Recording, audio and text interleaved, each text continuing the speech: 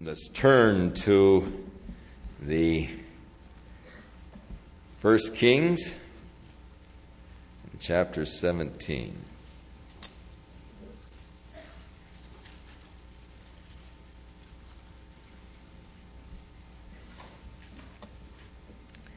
The 17th chapter of 1 Kings introduces us now to a very interesting character, Elijah the Tishbite. Whatever Tishbite means. Now Elijah came from the area of Gilead, which is what you would call today Transjordan if you were in Israel. It was across Jordan in the area of Gad, and so he came from the area of Gilead. It is thought that it is possible that Tishbite means that he was not really an Israelite, that he was some other nationality. But that is only a conjecture. We don't know for sure. But he certainly had a very interesting career. And he comes to the apostate northern tribe at really sort of its lowest point when Ahab is the king with his wicked wife Jezebel. And they have just about eliminated the worship of Jehovah. They have introduced Baal worship to Israel. They have broken down the altars of God. They have slain the prophets of God. And they have just about eliminated the worship of God from the northern kingdom of Israel. And so at this dark period of history, Elijah comes on the scene with the message of God and the warning of God for the people. And so he's a very interesting character indeed. It is prophesied in Malachi that before Jesus comes again, that Elijah will come and will be turning the hearts of the children to their fathers, and God is going to send Elijah back to the nation Israel to really bring a great revival to Israel before the second coming of Jesus Christ. Now, when Zechariah the priest, recorded in Luke chapter 1, was in the temple fulfilling his course of ministry, the angel Gabriel stood beside the altar and informed Zechariah that his wife Elizabeth in her old age was to bear a son. And he said, "And he shall go forth in the spirit and in the power of Elijah, to turn the hearts of the children unto their fathers." The key there, I think, is the spirit and the power of Elijah.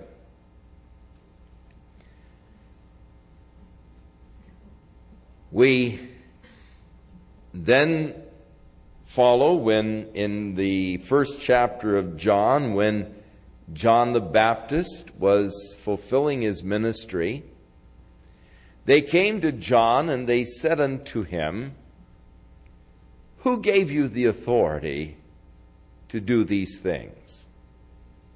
Are you Elijah?" And he said, "No." "Are you that other prophet?" "No." "Then who are you?" He said, "I'm the voice of one crying in the wilderness, saying, make straight the paths of the Lord." Now, John denied that he was Elijah.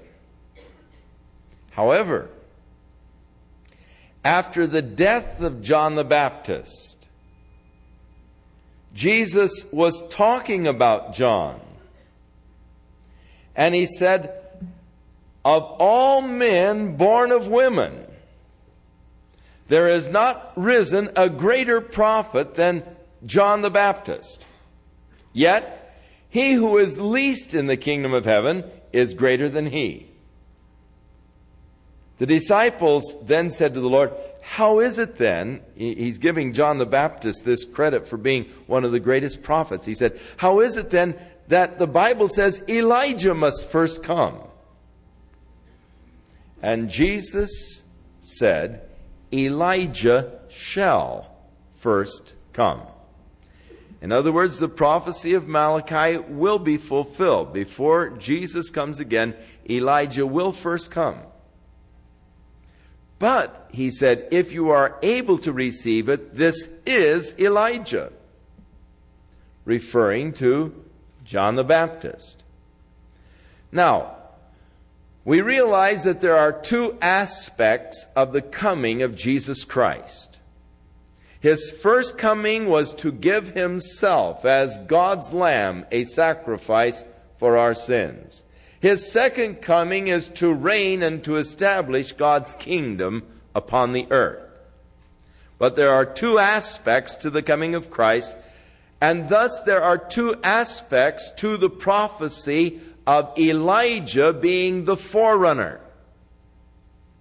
And thus John the Baptist, in the spirit and in the power of Elijah, was the forerunner at the first coming, but Elijah will return to be the forerunner before Jesus comes again. John the Baptist was in the spirit and in the power of Elijah. Now, Elijah did appear with Jesus on the Mount of Transfiguration.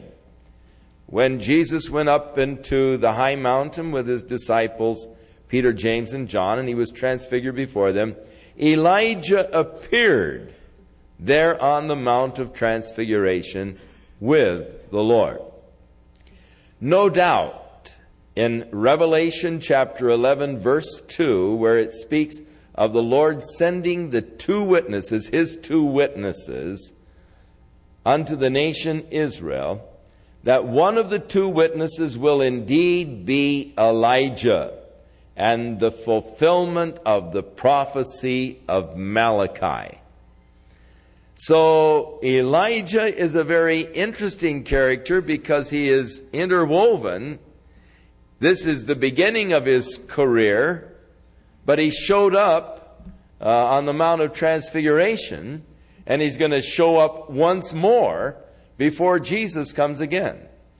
Now, because of the prophecy that Elijah will first come, that is why the Jews at every Passover, when they celebrate Passover, they always set the empty chair and leave the door open. They're waiting for Elijah to come. The door is open. He's welcome. And they've got the chair set for him at the table. And it is a sign of their anticipation of the Messiah's return. But they know before he returns, or their anticipation of the Messiah. They are not really looking for him to return. But their anticipation of the Messiah, and the chair set for Elijah before the return. So, very interesting character, and now we get into the study of this fellow Elijah, who came into Israel at this dark period of their history when there is such a great spiritual decline. And he comes in very dramatically, with a dramatic announcement, and then he disappears. He came to Ahab, the wicked king, and he said, "As the Lord God lives, before whom I stand, there is not going to be dew or rain for these years until I say so." And then he took off. And he was gone for 3.5 years. And for 3.5 years there was a drought. Not a drop of rain. No dew from heaven. Until the land became very dry and parched. Now he took off, first of all, over to the brook Cherith, which is back towards Gilead, from which he had come. And the Lord instructed him to go to the brook and drink of its water. And the Lord said, "I'll feed you there." And God commissioned a couple of ravens to bring him food to eat Every day, actually, in the morning and in the evening, they brought him bread and they brought him meat. And so he was there by the brook Cherith, morning and evening. The ravens would show up with his food, and he was just staying there until the brook dried up because of the lack of rain. And so the Lord then commanded him to get to Zarephath, over near Sidon. So it would be in the area of Lebanon today. Sidon is about 10 miles north from Akko. And there is a widow woman there, the Lord said, and she will take care of you. So he went and he came to Zarephath. And when he came to the gate of the city, behold, he saw this widow woman, and she was gathering sticks. Now, in the more primitive cultures, the ladies go out and gather sticks for their fires. You can go down to Guatemala and see the ladies today out gathering sticks for their fires and all. And over in Israel, in the primitive culture, and it still does exist in many areas there, the ladies out gathering sticks, and they, of course, cook over the open fires, and it's quite interesting. And so she was gathering these sticks, and he said to her, "Would you bring me a drink of water?" And so while she was going to get him a drink of water, he said, "Oh, while you're bringing me the water, how about bringing me some bread too?" And so she poured out her heart. She said, "I'm sorry, sir. I don't have any bread. In fact, I'm gathering a couple sticks now to build a fire, and I have just a little oil and a little flour left, enough to make a couple of pieces of bread for my son and I, and we're going to eat those, and then we're just going to die. We're depleted. We have no flour, no oil." So Elijah said, "First make me some bread, and then make it for you and your son. And according to the Lord and the word of the Lord,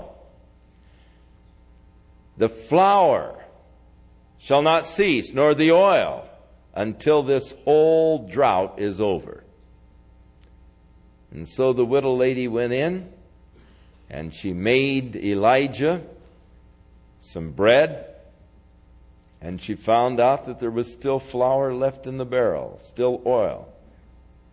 And she kept feeding him. And during this whole period of the drought, the flour did not fail, nor the oil. It was always enough to make just one more. It's really a miracle indeed, and there's no taking away from the miraculous aspect of it, how that God supplied miraculously. But it is interesting, the prophet said, "Make it for me first, and then for yourself." There is sort of a spiritual kind of a thing here as far as giving to God the first fruits of our lives. Jesus said, "Seek first the kingdom of God and His righteousness, and all these other things will be added unto you." Now, if I twist this priority and I start seeking first other things, then my life will be so involved in seeking other things that I don't have time for God. But if I seek first my relationship with God, then all of my other relationships come into balance. They all just work on in. You see, my life exists on two planes: the vertical axis upon which my life revolves, and the horizontal plane. This outer area, my relationship with other people. Now, if the vertical axis of my life is correct, if my relationship with God is what it should be, then the horizontal plane of my life is in balance. My relationship with those around me is in balance, and I am living a well-balanced life if the vertical axis is correct, if my relationship with God is all that it should be. However, if the vertical axis of my life is not correct, if my relationship with God isn't all that it should be, then the horizontal plane of my life is also going to be out of kilter.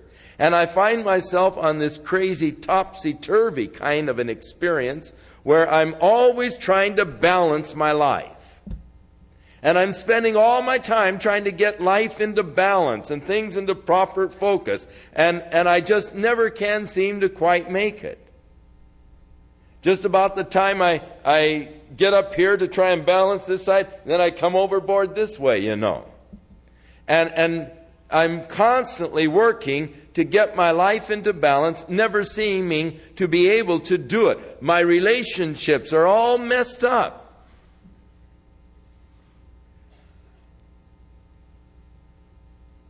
Now, if I spend my time in just trying to balance my life, I am only treating the symptoms. It's like trying to treat a brain tumor with aspirin. You know, just to sort of deaden the pain so you don't feel it so bad and you don't feel these headaches quite so severely. But you're only treating symptoms. You're not getting to the heart of the problem. Now, any doctor who only treats symptoms is a quack. Stay away from him. You want a doctor that's going to find out what the cause is that's creating the symptom. Why are you getting dizzy? Why do you have this severe pressure in the head? You want something more than aspirin.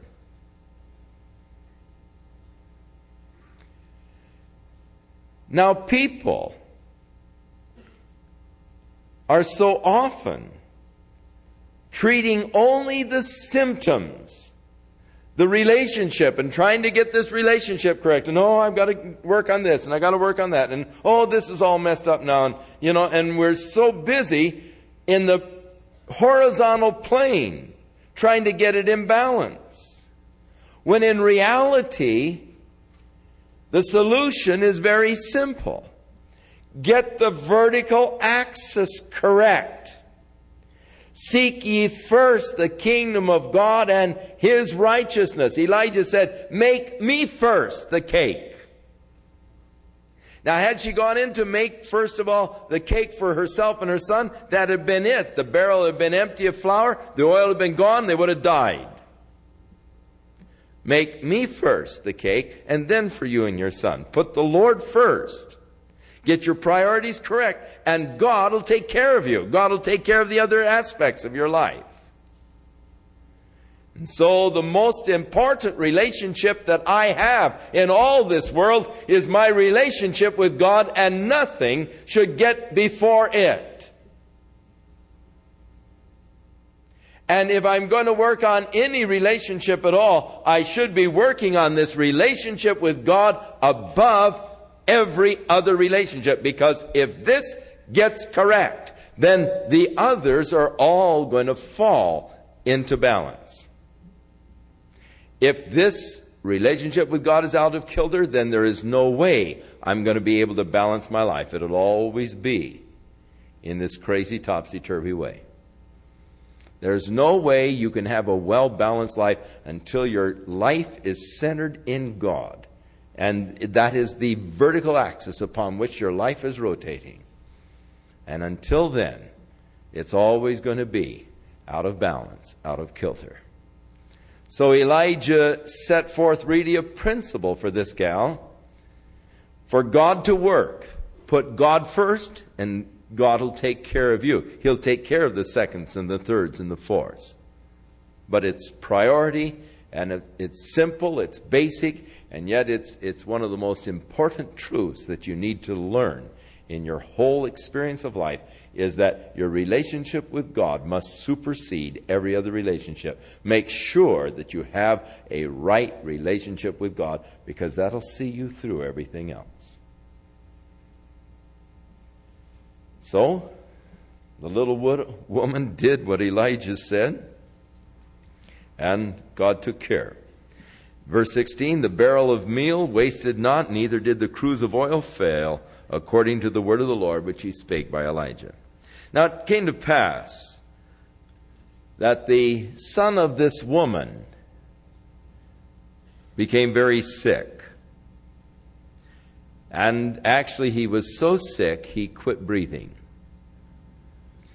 And so she said to Elijah, what have I to do with thee, O thou man of God? Are you come to call my sin to remembrance and to slay my son? Now, it is interesting that she was sort of thinking that the death of her son was somehow related to her own sin.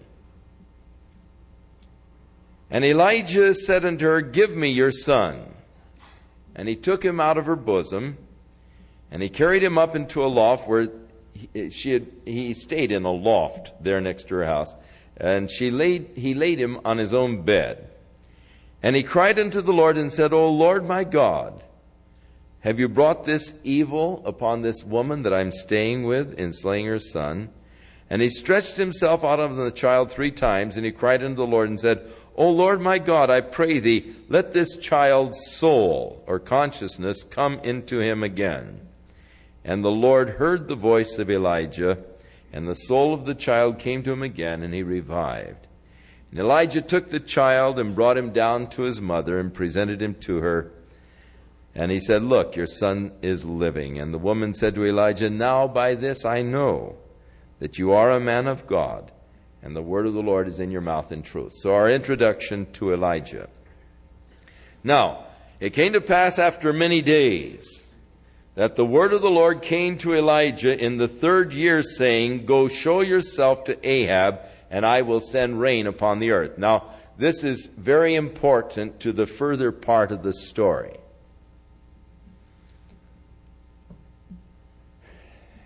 The word of the Lord came to Elijah, saying, go show yourself to Ahab, I'm going to send rain upon the earth. So he has the promise of God that rain is going to come. Now later on, we're going to find Elijah up on Mount Carmel praying, bowing himself and praying, God send rain, and sending his servant out toward the Mediterranean to see if there were any clouds coming. And he sends his servant out 7 times.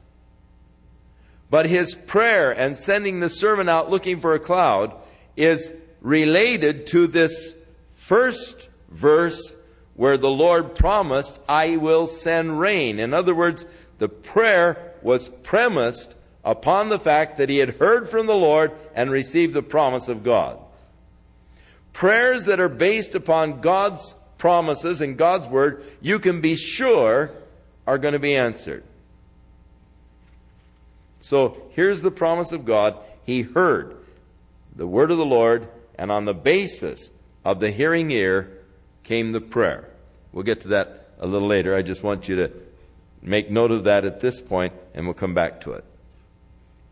So Elijah went to show himself to Ahab, and in the area of Samaria, the northern kingdom, there was a horrible famine because they've been now for 3 years without rain.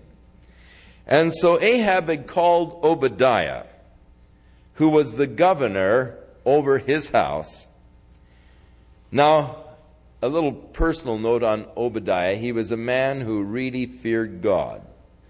And during the time that Jezebel was cutting off all of the prophets of God, this fellow Obadiah took 100 prophets, and he hid them in 2 caves, 50 in each cave, and he brought them food, and he fed them and took care of them as they were hiding from Jezebel, who had, of course, ordered all of the prophets of God slain. So Ahab said to Obadiah, "Now you go this way through the land and see if you can find any pools of water where there might be some green grass around them so that we can feed our mules and horses and keep them alive, that we don't lose all of our animals. And you go this way through the land, and I'll go this way through the land, and we will meet again, and we'll find all of the pools of water that we can where there might be some green grass to keep at least a few of our animals alive." So as Obadiah was going out looking, Elijah came to meet him. And Obadiah knew Elijah, and he fell on his face, and he said, "Aren't you my Lord Elijah?" And Elijah said, "I am. Go and tell your Lord, King Ahab, that I am here." And he said, "Hey, what have I done to hurt you, man? You want me to go tell Ahab you're here, and as soon as I do, then the Spirit of the Lord will probably catch you off someplace else. And you know how Ahab is after you. You've been looking for you all over the place. There's no place he hasn't searched for you. And I go and say, 'Come on over here, Elijah's going to meet you.' And then I bring him over here, and the Lord has carted you off someplace else. He's going to kill me. Now, look, I'm a family man, and I don't mean you any harm. Why would you ask me to do something like that?" And Elijah said, "I will surely be here, and I will meet him." And so he told him again, "Now go and tell your Lord, behold, Elijah is here." So Obadiah went to meet Ahab, and he told Ahab, "Elijah is over here." So Ahab came, and it is interesting. Ahab said unto him, "Are you the one that has troubled Israel?"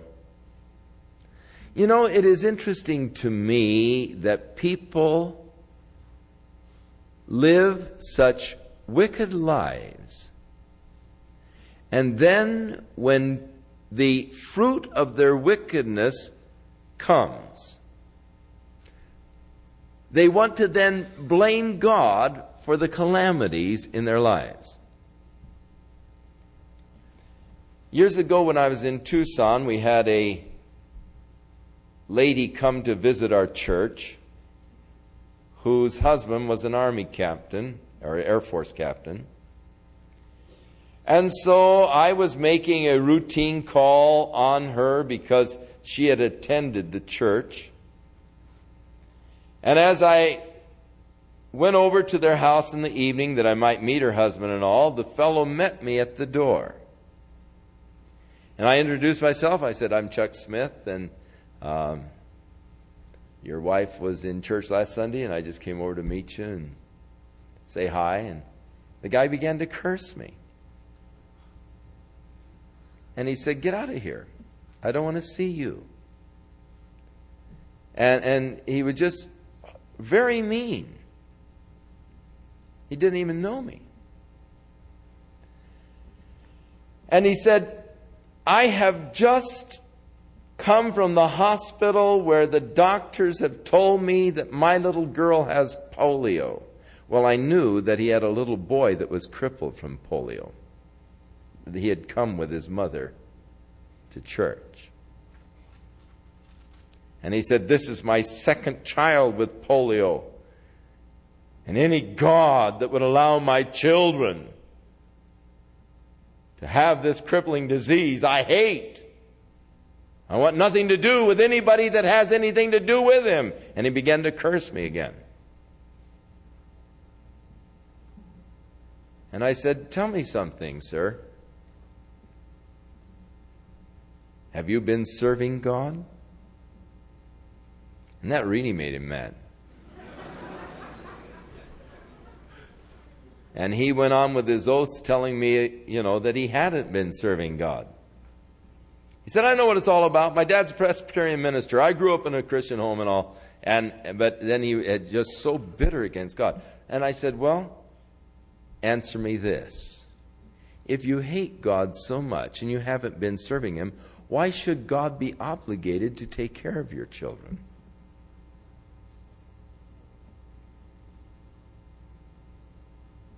I mean, after all, what does God owe you? Well, he was silent, but I didn't go in. But it is interesting how that somehow we want to live our own lives. We want to ignore God. We don't want any part of God in our lives until calamity comes, and then somehow we want to blame God for the calamity. Why would God do this to me?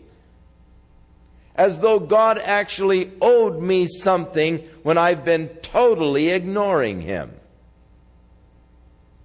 So Ahab is now trying to blame the prophet of God for the calamity that has come to the land, the drought. Now, just because Elijah said there's not going to be any rain until I say so, he is blaming Elijah for the judgment of God. Are you the one that troubles Israel? And Elijah is not about to take the blame. He answered, I haven't troubled Israel, but you and your father's house have forsaken the commandments of the Lord, and you followed Balaam. Now therefore, send and gather me together all Israel to the Mount Carmel, and bring in the prophets of Baal, all 450 of them, and the prophets of the groves, the 400 prophets of Ashtoreth that you've been supporting. So Ahab sent unto all the children of Israel, gathered the prophets together to Mount Carmel. And Elijah came unto the people, and he said, How long halt ye between two opinions? If the Lord is God, follow him. But if Baal, then follow him. And the people didn't answer a word. Then said Elijah unto the people, even I only remain a prophet of the Lord, but Baal's prophets are 450 men. Now give us 2 bullocks, and let them take the choice, whatever bullock they want, and cut it in pieces, and lay it on wood, and don't put any fire under it. And I will dress the other bullock, and lay it on wood, and put no fire under. And let them call on the name of their gods, and I will call upon the name of Jehovah, and the God that answers by fire, let him be God. And all the people said, Good enough. Fair enough. It's well spoken. So here is Elijah making an open challenge to the prophets of Baal. And so Elijah said unto the prophets of Baal, Choose one of the bullocks for yourself. Dress it first, for you've got a lot of you guys. Call in the name of your gods, but don't put any fire under it. And they took the bullock that was given to them. They dressed it. They called on the name of Baal from morning until noon, saying, O Baal, hear us. But there was no voice, nor any that answered. And they leaped upon the altar that was made. Now it came to pass at noon that Elijah decided to just mock them and have a little sport. And he said, You guys ought to be crying louder. For now look, he's a god. Thus maybe he's in conversation. Or maybe he's on vacation. Or even he could be asleep and you need to wake him up. So why don't you scream a little louder? And so they cried all the louder. They cut themselves in great religious zeals with knives, with lancets, till the blood was gushing out all over them, leaping on the altar, crying for Baal to send fire. And of course, nothing happened. Now about the time of the evening sacrifice, that there was neither a voice to answer, nor any that regarded their cries. So Elijah said to all the people, Come on over here now near me. And the people came near to him, and he repaired the altar of the Lord that was broken down. And Elijah took 12 stones, according to the number of the tribes of Israel. And he came, and he built with these stones the altar in the name of the Lord. He made a trench about the altar. enough to contain about 2 measures of seed. And he put wood in order, and he cut up the bullock in pieces and laid them on the wood, and he said, "Fill 4 barrels with water and pour it on the burnt sacrifice and the wood."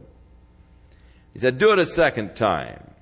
Do it a third time." And the water ran all about the altar, filled the trench also with water. It came to pass, at the time of the evening offering, that Elijah the prophet came near, and he said, "Jehovah, God of Abraham, Isaac, and of Israel, let it be known this day that you are the God in Israel, and that I am your servant, and that I have done all of these things at thy word. Hear me, O Lord, hear me, that this people may know that you are Jehovah God, and that you have turned their heart back again." And the fire of the Lord fell and consumed the burnt sacrifice and the wood and the stones and the dust, and licked up all the water that was in the trench. And when all the people saw it, they fell on their faces, and they said, "Jehovah, He is the God.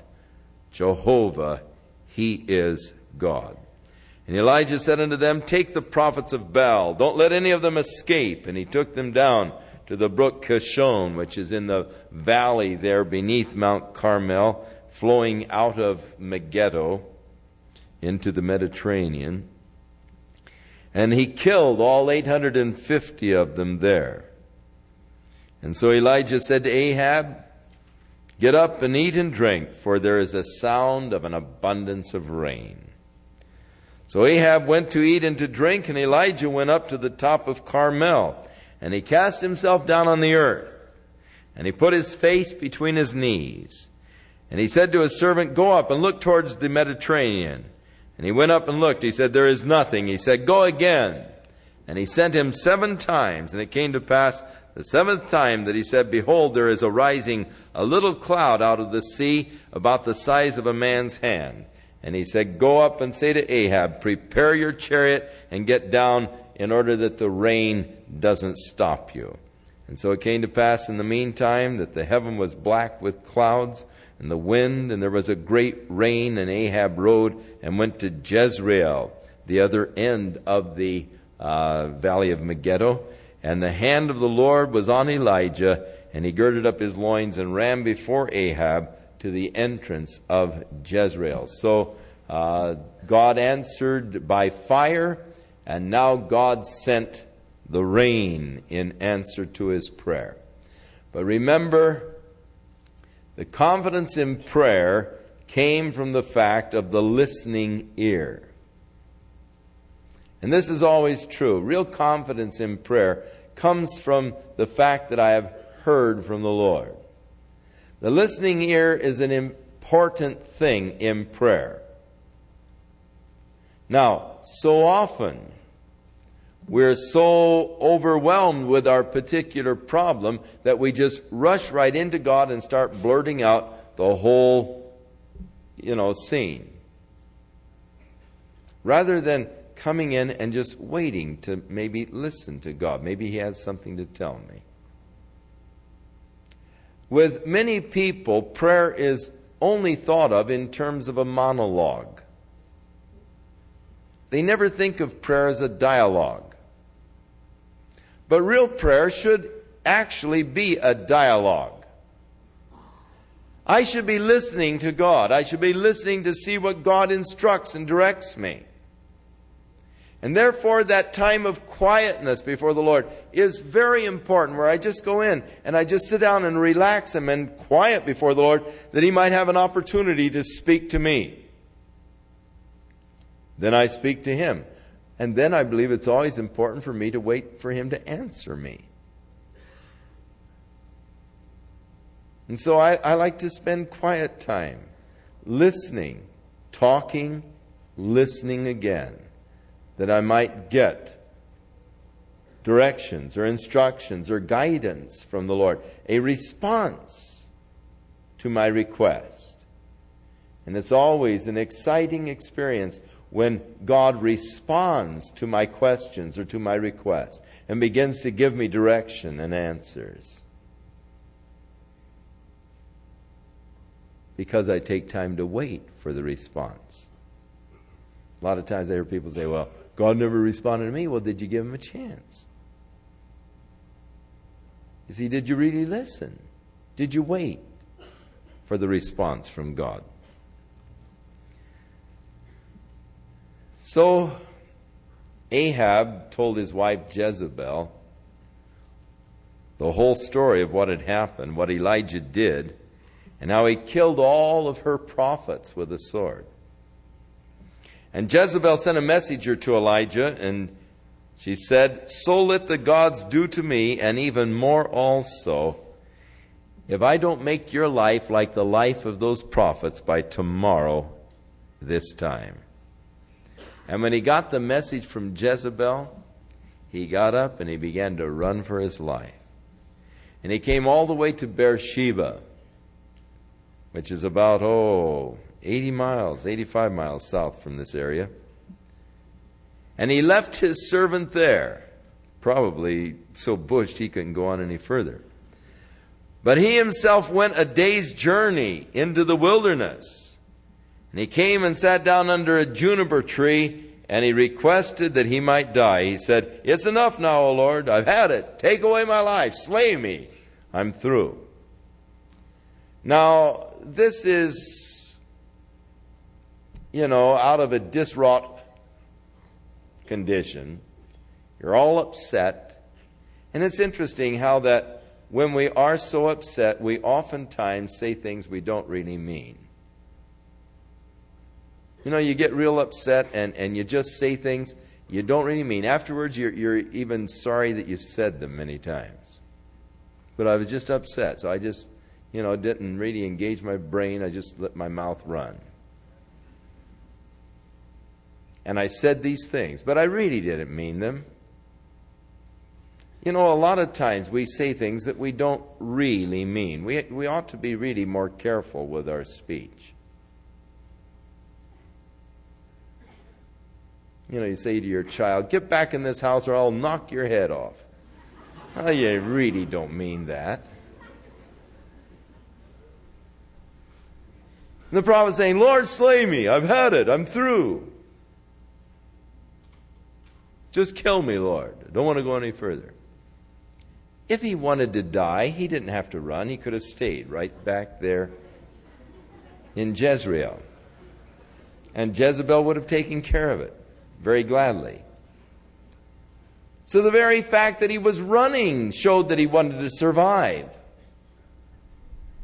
That was the whole purpose of the flight, is to get away from the threat of Jezebel to kill him. And so he went to sleep, and when he woke up, the angel was there, had prepared a meal for him, and said, come on and eat, because you're going to go a long way on this food. So he had angels' food.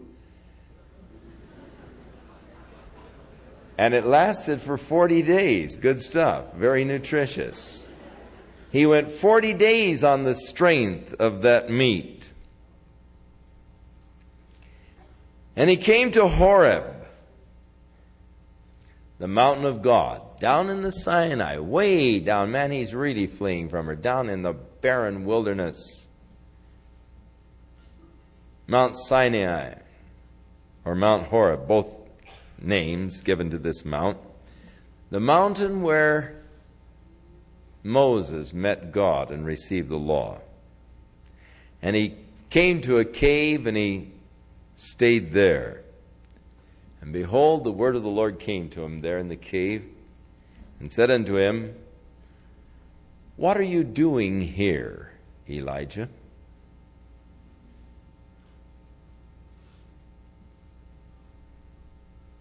Now, Elijah didn't really understand the question. The question was, what are you doing here, Elijah? And Elijah answered why he was there. Not what he was doing there, but why he was there. He said, I've been very jealous for the Lord God of hosts, because Israel has really turned against God. They have forsaken his covenant. They have broken down his altars. They have slain his prophets. And I'm the only one left. And they're even looking for me to kill me. How bad can things get? The nation Israel in total apostasy. They have forsaken the Lord, broken down his altars, killed his prophets. Only one prophet left, and they're looking for him.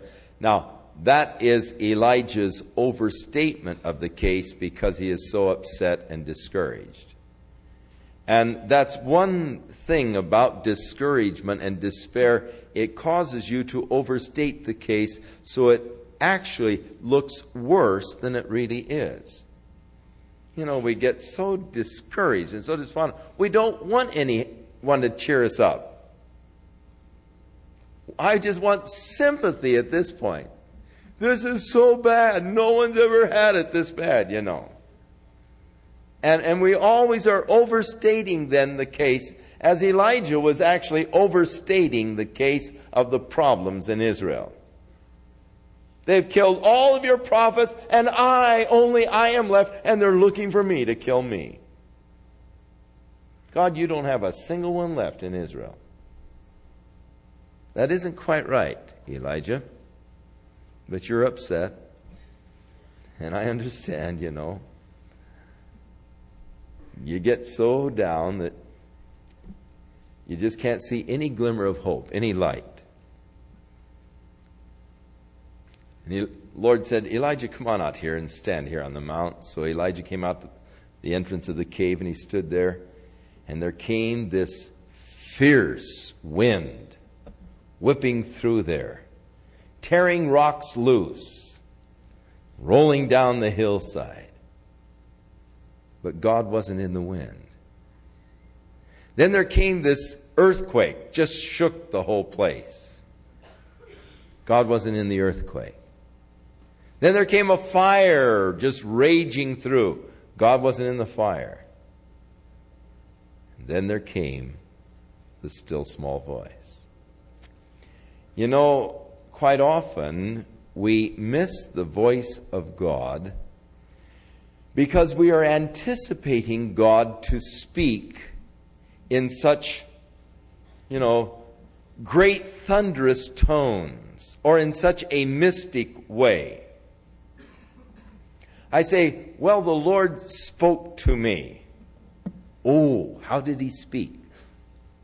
The voice of God must really rumble like thunder or something, you know.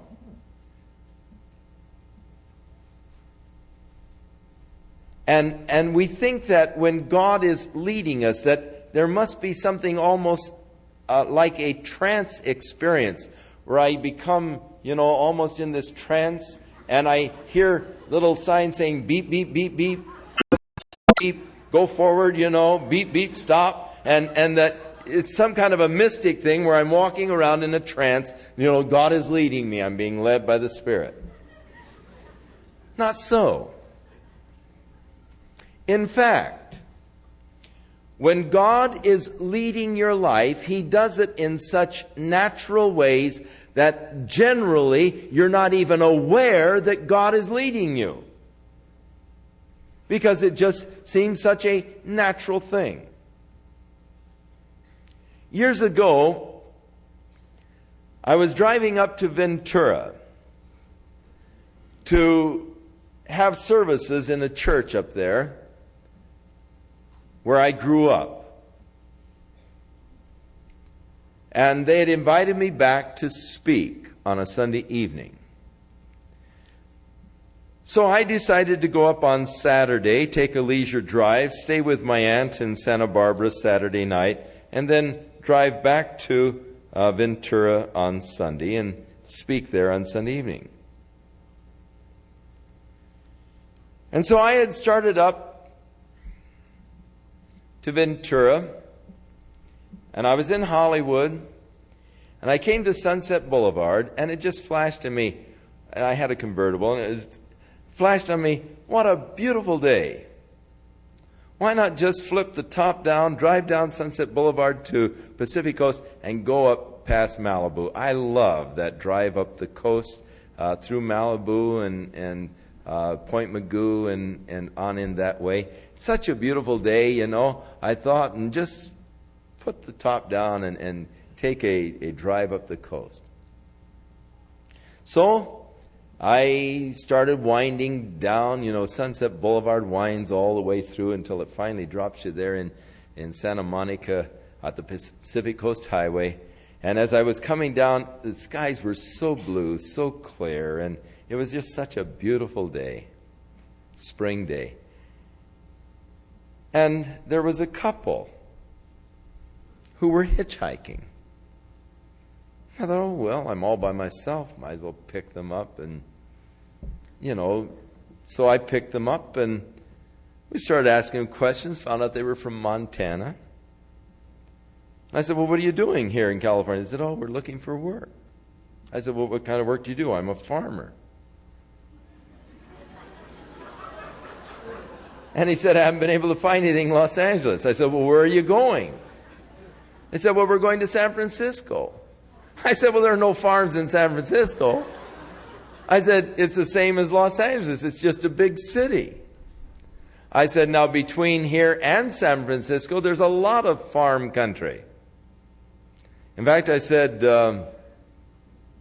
I'm going through Ventura. I said, there's a lot of farms around Ventura. There's a lot of ranches and all. And I said, if you want to really get farm work, you better stop in one of these communities between here and San Francisco, Salinas or somewhere. You're never going to get a job on a farm up there. They poor kids, they didn't know, anything about California. They just heard that it was sunny and all, and they were tired of the snow in Montana and just newly married and decided to move to California and, get a job. Then I started witnessing to them about the Lord. And when we got to Ventura, they decided that they would stay and look for work there. And I drove them by the church where I would be the next evening, invited them to come and meet me at the church the next evening. And we had prayer with them. They both accepted Christ. And so I bid them farewell and went on up to Santa Barbara to stay with my aunt. And never really expected to see them again. When I got to Santa Barbara, my aunt was making enchiladas, and she was the greatest enchilada maker in the world. And the phone rang, and it was my mother. And there were problems at our home in Santa Ana. I had an alcoholic uncle that I had kicked out, and he came back while I was gone, and my mother was quite desperate. She couldn't take him. It was my dad's brother, and she said it's either him or me, and so I had to drive right on back to Santa Ana that night and deal with my uncle and get him out of there for my mother's sake. So my whole trip to Santa Barbara was sort of in vain anyhow, I thought. But then I drove up the next night to Ventura, spoke at the church. We gave an invitation for those at the end who would like to receive Christ to come forward. And this couple, who I never expected to see again, came forward. And so there were several people that came forward that evening, and I went down and prayed with many of them. And I went up to this young couple, and I told them how great it was to see them and how thrilled I was that they were there. And they were just beaming all over, telling me just how glorious it was, that they'd accepted the Lord and how happy they were. And they said, this man who came to pray with us, I knew him. His name is Mr. Jenkins. I grew up in Ventura, and I knew him quite well. And he was a foreman at the Del Mar Lime and Air Ranch.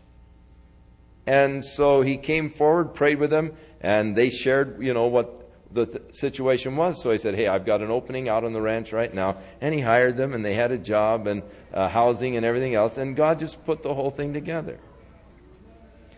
Then I got to thinking, it must have been the Lord that put into my mind, why don't you flip the top down and go up the coast?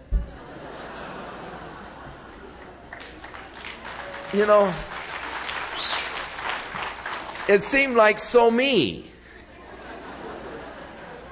Because I love the ocean and all, it seemed like such a natural thought that I really wasn't aware at that moment in Hollywood that it was actually the Spirit of God speaking to me and directing me to this couple that were really searching for the Lord as much as anything else. Because they were wide open to receive the witness and all. And yet I realized, hey, God was directing me. Because though I love the coast, being that well along on my way in the inland route, I don't like Sunset Boulevard and all the signals going out to the coast. And yet, suddenly I realized it was the Lord leading me. Now, it wasn't something mystical and you know, there wasn't thunder and lightning and great winds and earthquakes or anything else. It was just a very natural way. And what the Scripture is saying is that God usually speaks to us in very natural ways. Don't expect God to speak in some earthquake or, in fact, it's awfully hard to hear God many times when our earth is shaking around us. It's awfully hard to hear God in the midst of the tempest and the storms of life. It's hard to hear God when it seems like everything around us is being consumed. Many times we need to get our hearts very quiet before God. We need to get away from the tempest. We need to get away from the shaking and the things around us to get alone to where I can really hear that still small voice of God within. As He guides me, as He assures me of His love, as He assures me of His purpose, and I get the strength and the help from God when He speaks to me. And it's that still small voice within. So natural that it seems like it comes maybe even from your own heart or your own mind. But in reality, it is God speaking to you. And it's always an exciting experience when I come to the realization that that thought didn't come out of my own subconsciousness. That thought came to me from God. God planted that thought in my mind. That still small voice, it was God speaking to me. And it's beautiful. It's a glorious experience to hear the still small voice. The Lord said, repeated the same question, "What are you doing here, Elijah?" And Elijah still didn't understand the question. He answered the Lord the same way. "I've been very jealous for you. For Israel has forsaken the covenant. They've broken down your altars. They've slain your prophets. I am left, and they're looking for me to take my life." Now, the question was, what are you doing here? Not why are you here? So the Lord got then to specifics with this upset prophet. Because in reality, he was doing nothing. He was hiding. Doing nothing. He had put himself out of service. He was out of commission. There was no one to witness to down there. There was no work for God to be done in that barren wilderness. So he was doing nothing. God doesn't like for us to do nothing. And so the Lord recommissioned him. He said, "Now look, get out of here and get on up to Damascus. And when you get there, anoint Hazael to be the king over Syria. And then get down and anoint Jehu to be the king over Samaria. And then anoint Elisha to take your place and all." God put him back to work. God got him away from this place of hiding in a cave, of doing nothing, and commissioned him back into service for the Lord.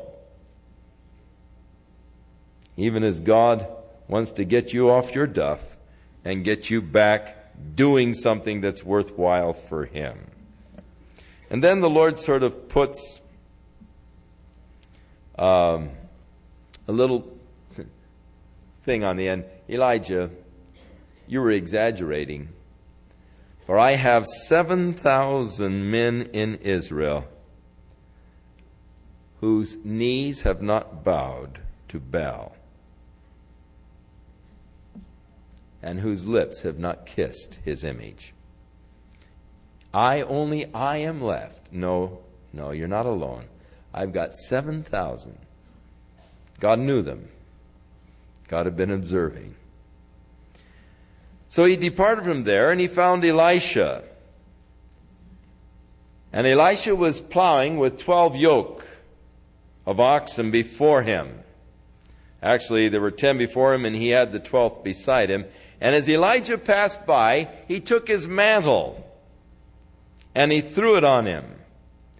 And Elisha left his oxen there and came running after Elijah. And he said, wait a minute, I pray you, let me go back and kiss my father and mother goodbye, and I will follow you. And he said, go on back to your oxen. What have I done to you? But he returned back, and he took a yoke of oxen, and he killed them, and he boiled their flesh. And he gave it to the people, and he ate, and he arose and went after Elijah and became the servant of Elijah. Now Ben-Hadad, who was presently the king of Syria, gathered all of his hosts together. And there were 32 kings that went with him with their horses and chariots.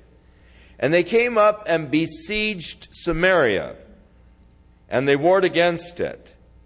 And he sent messengers to Ahab, the king of Israel, the city, and he said unto him, thus saith Ben-Hadad, thy silver and thy gold is mine, your wives and your children, the best of everything you have, it's mine. And so the king of Israel answered and said, my lord, O king, according to your saying, I am thine and all that I have. So he asked for complete capitulation. I want all your gold and silver. I want all your wives, all your, all of your possessions. So Ahab was surrendering. He said, everything I have, it's yours. So Ben-Hadad wasn't satisfied. He sent back his messengers again and said, thus spaketh Ben-Hadad, saying, although I have sent unto you, saying that you shall deliver to me your silver, gold, wives, and children, yet I will send my servants unto you tomorrow about this time, and they will search through your house and the house of your servants, and it shall be, whatever is pleasant in their eyes, they shall put it in their hand and take it away.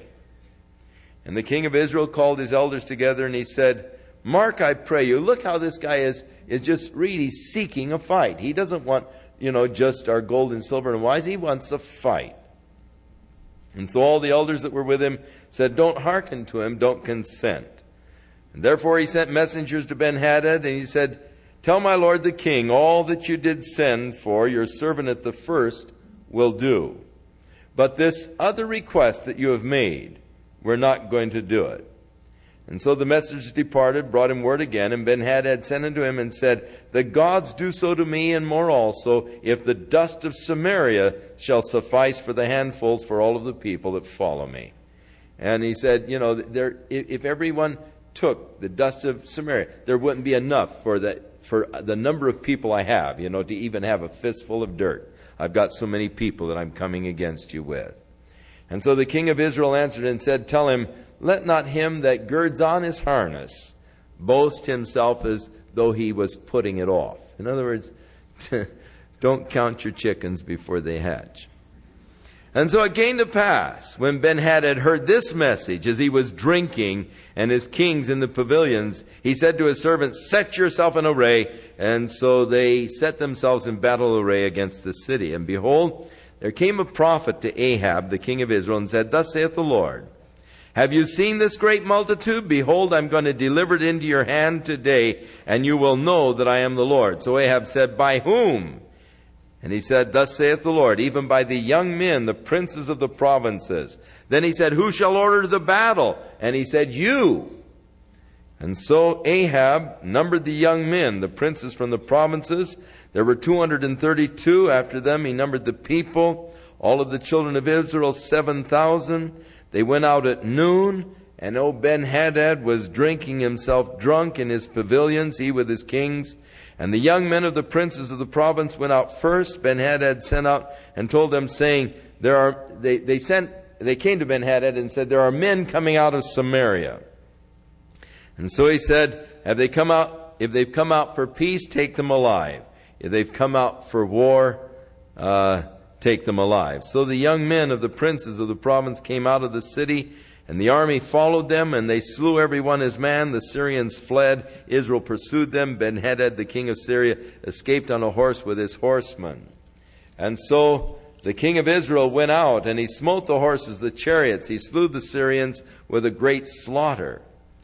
And the prophet came to the king of Israel, said unto him, go and strengthen yourself, and mark and see what you're doing, for at the return of the year, the king of Syria will come up against you again. In other words, now strengthen yourself, fortify things, because at the end of the year, the guy's going to be back. And so the servants of the king of Syria said unto them, the problem is, their gods are the gods of the hills. That's why they were able to defeat you. Now, if you could fight them in the valley, then you could defeat them, because their gods are the gods of the hills and not the gods of the valleys. Now, of course, they thought of gods in localized sense. We should never think of God in a localized sense.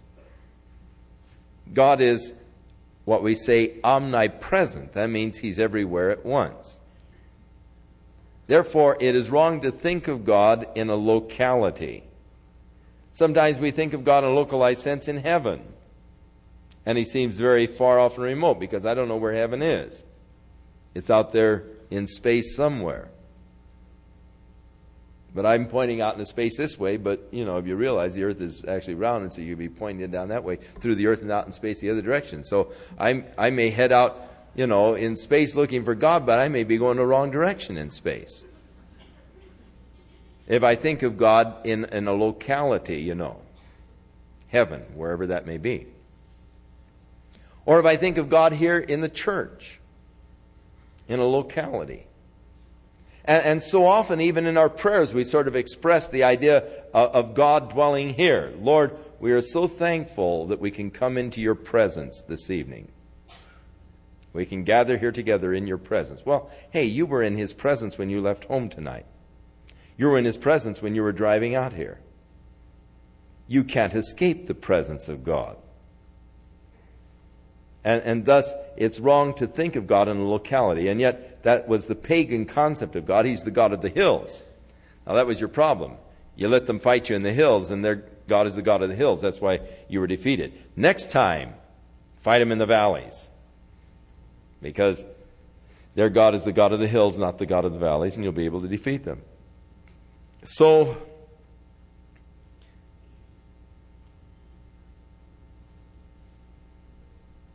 they said, now gather your army again, all of the kings, all the chariots, and go up again the second time. And so Ben-Hadad got the forces of Syria together, and he came up to Aphek to fight against Israel. And the children of Israel were numbered. All that were present went out against them. And the children of Israel pitched before them like two little flocks of kids. They were totally, hopelessly outnumbered. But the Syrians filled the country. They were just like two little flocks. And here the whole vast number of Syrians.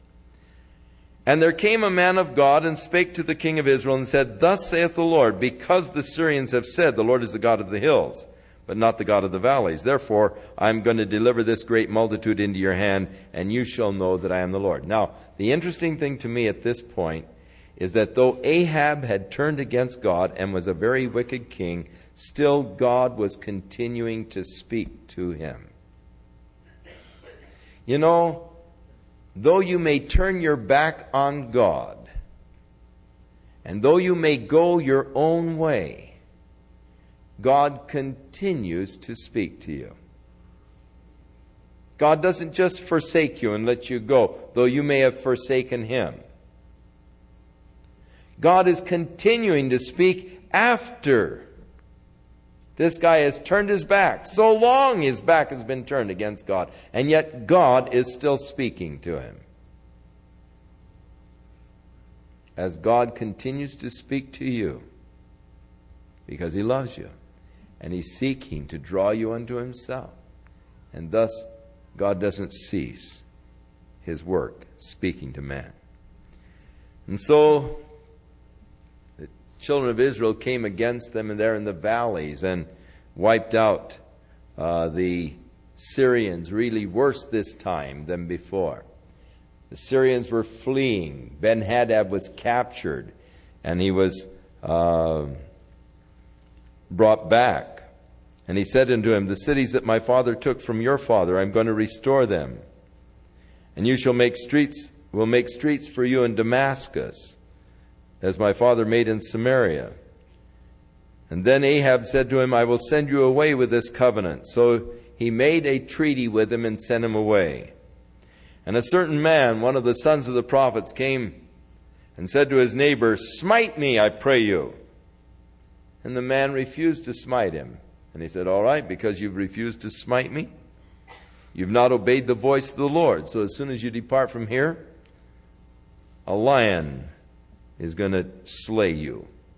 So as soon as the man departed from the prophet, a lion slayed him. So he found another man, and he said, smite me, I pray thee. And the man smote him, in that he was wounded. And so he came, and he waited for Ahab to come along. He disguised himself. He put ashes upon his face. And the king passed by, and he cried to Ahab, and he said, thy servant went out into the midst of battle, and behold, a man turned aside, and brought a man unto me, and said, keep this man. And if by any means he is missing, then we'll require your life for him. And this man got away from me, and now they want to kill me. And Ahab said, you've pronounced your own judgment. You said that it was your life for his life, and you let him get away. Man, you've set your own judgment. And so the guy took off the disguise. And the king of Israel discerned that he was one of the prophets. And he said unto him, thus saith the Lord, because you have let go out of your hand the man who I appointed to utter destruction, therefore thy life shall go for his life, and thy people for his people. And the king of Israel went home, and he began to live more carefully from that point on. But he was heavily displeased when he came to Samaria. Now it came to pass after these things that there was a fellow by the name of Naboth who had a vineyard down in the area of Mount Gilboa. And it was an excellent vineyard, and it was next to property that Ahab owned. And Ahab desired Naboth's vineyard. And so he came to him and he said, I'd like to buy your vineyard. Name your price. And Naboth said, hey, it's the family's. If I sell it, then I'm selling that which is the family's property. I don't want to sell you the vineyard. It's not for sale. And so the guy started pouting. He was so upset, just sitting there pouting. And he, someone has crossed him. He can't have his way. And so he's pouting. And his wife says, what in the world's wrong with you? And he said, oh, I just can't stand it. I want that vineyard of Naboth's and all. And she says, well, quit your pouting. I'll get you the vineyard if you want the vineyard. And so she ordered the men of the city to gather together, and she hired a couple of guys to lie against Naboth. So the elders were gathered together, and Naboth was there, and these two men came in, and they bore false witness. They said, we heard this man curse the king and curse God.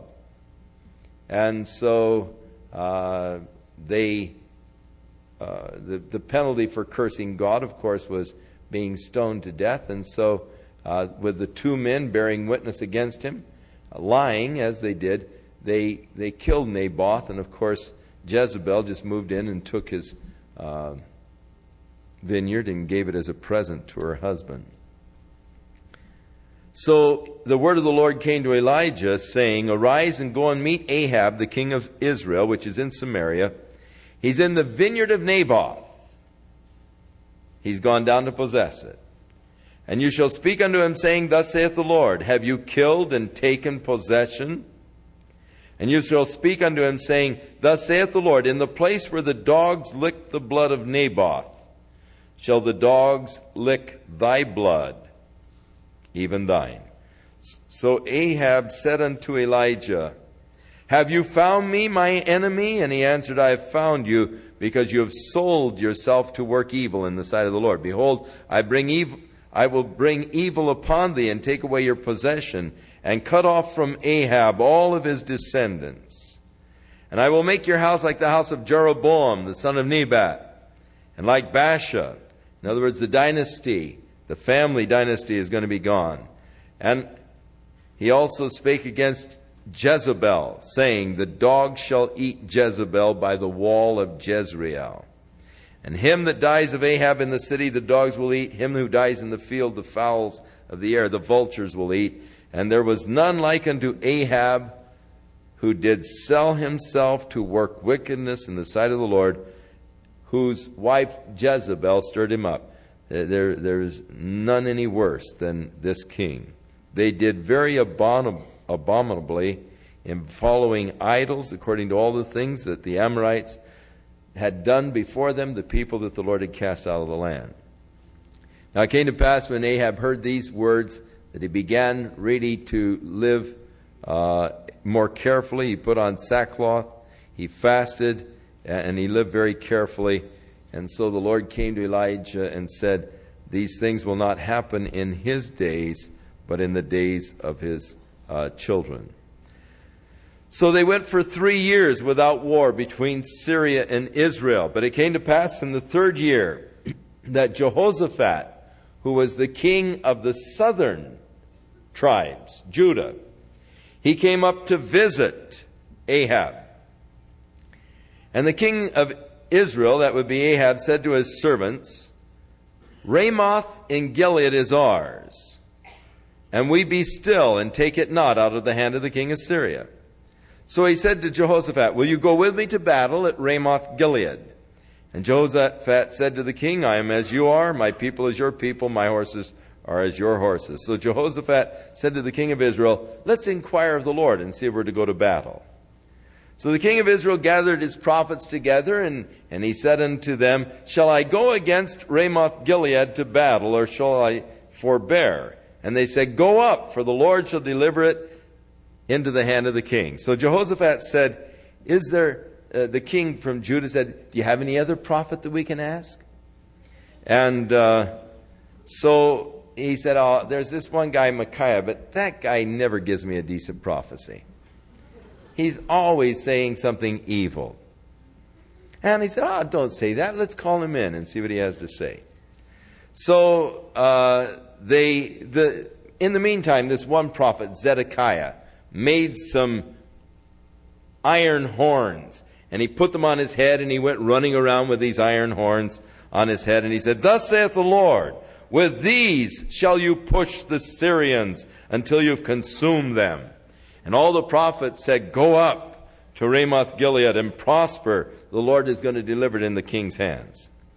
So the messenger who went over to get Micaiah spake unto him and said, now look, all of the guys have given in good prophecy, so come on in and say something good. Don't lay a heavy one on him, you know.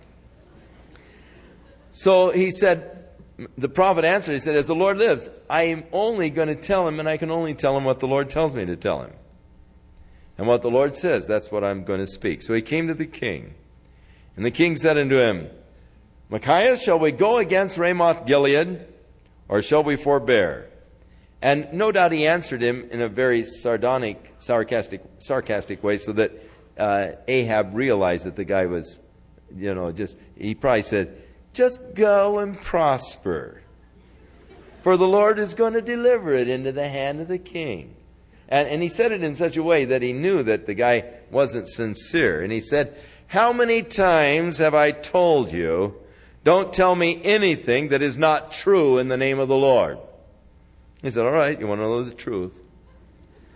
I saw all of Israel scattered on the hills like sheep that have no shepherd.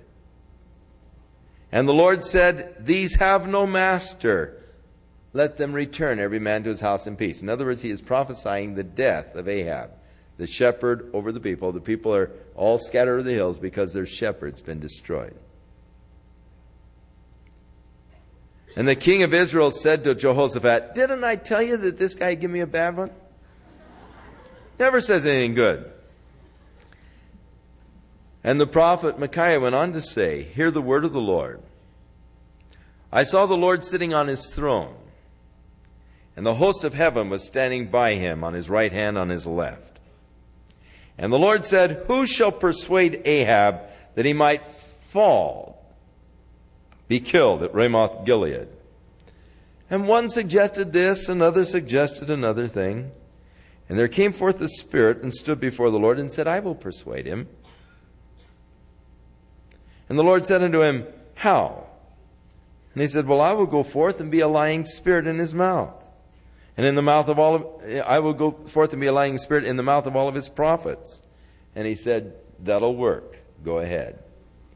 Very interesting thing, Micaiah's vision of heaven. I saw the throne of God, all of the hosts standing around God. God said, "How are we going to get Ahab over there to Ramoth Gilead that he might fall there?"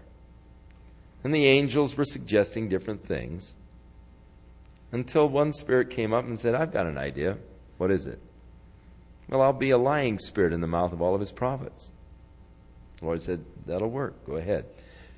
Why would God commission a lying spirit? It doesn't seem, quite oil. Something that we don't often consider is that, in a sense, Satan is a servant of God. He is serving God's purposes.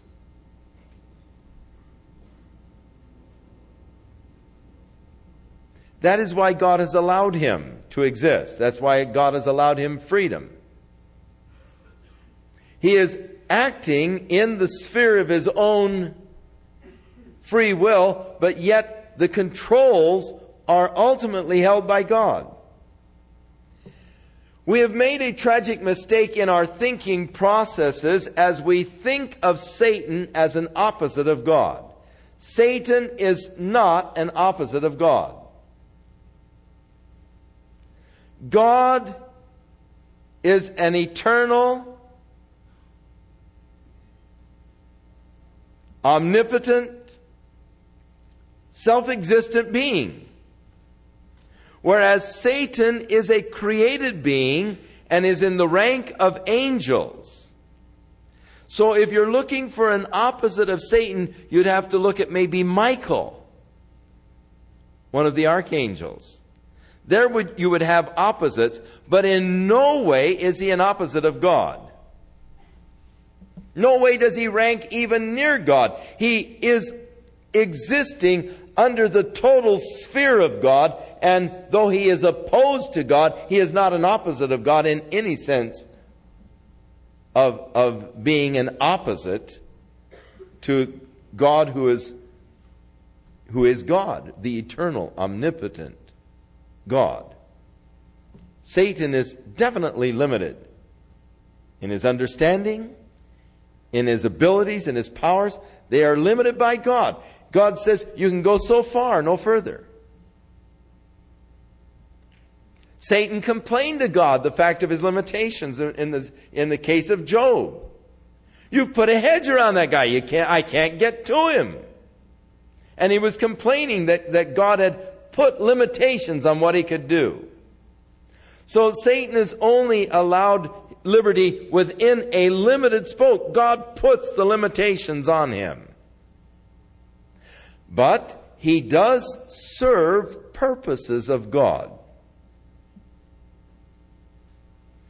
Thus, God can use, and often does use, Satan or his emissaries to fulfill God's purposes.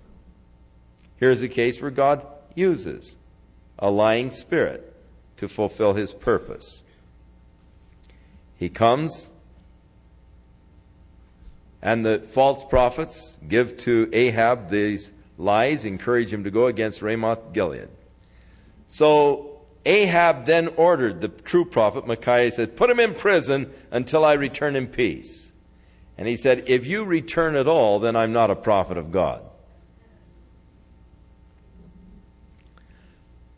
So they headed for Ramoth Gilead. Jehoshaphat, the king from Judah, was going with Ahab. And as they were getting to Ramoth Gilead against the Syrians, Ahab said to Jehoshaphat, hey, you take my chariot and all.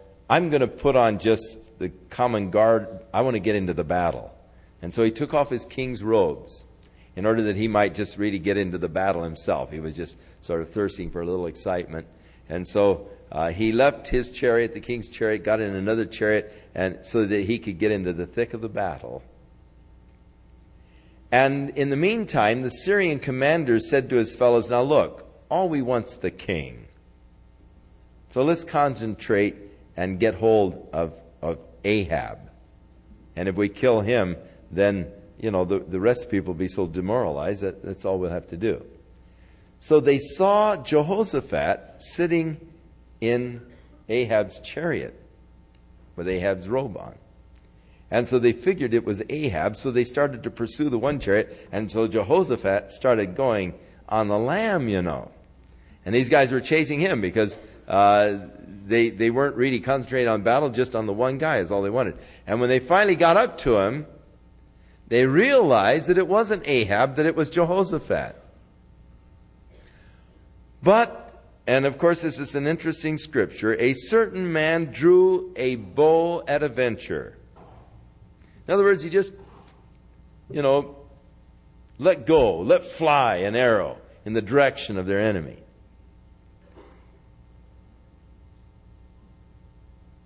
And actually, the arrow hit Ahab.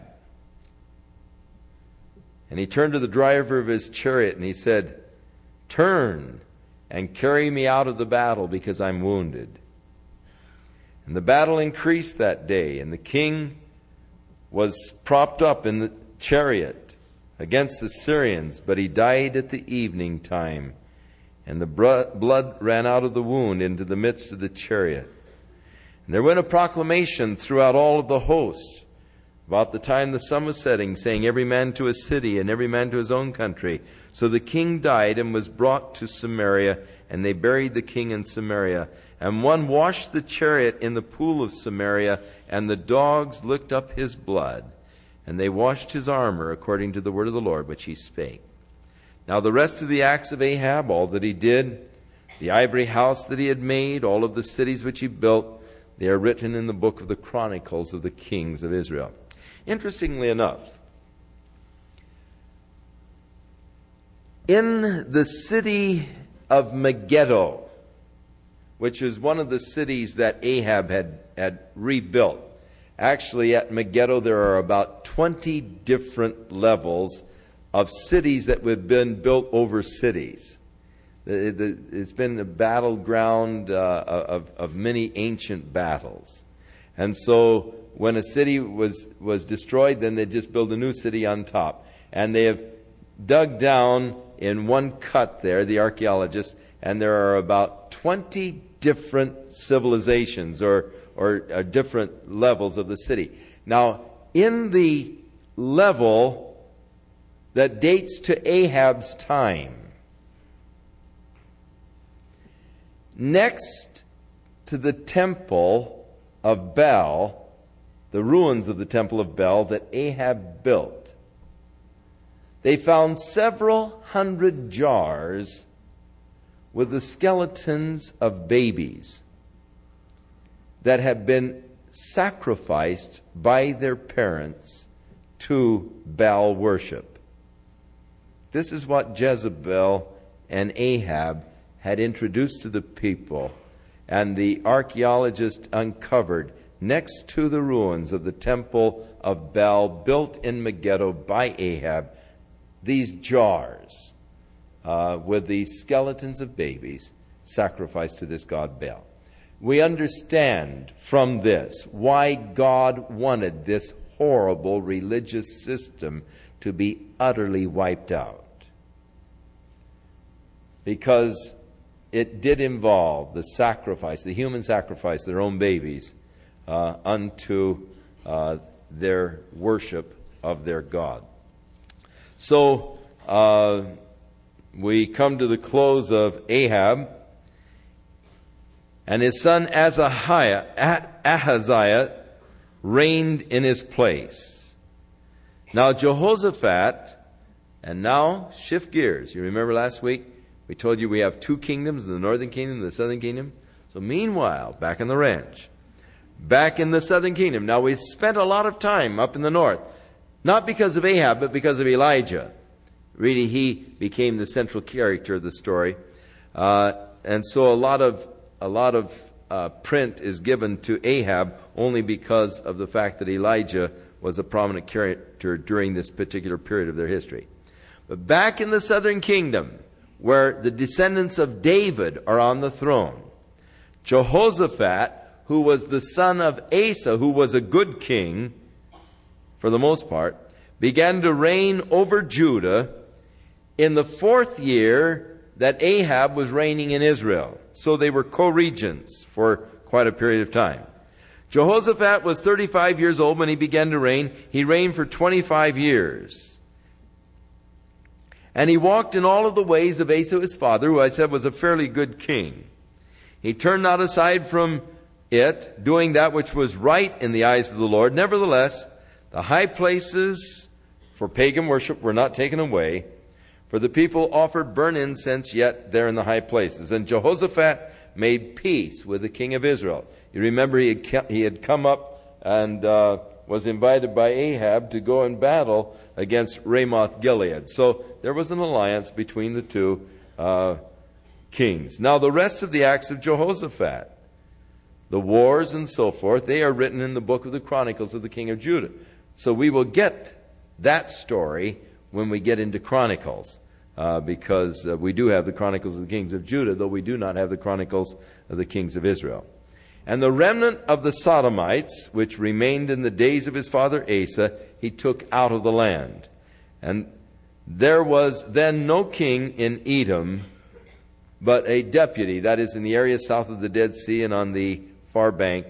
There was no king, only a governor over the land. Jehoshaphat made ships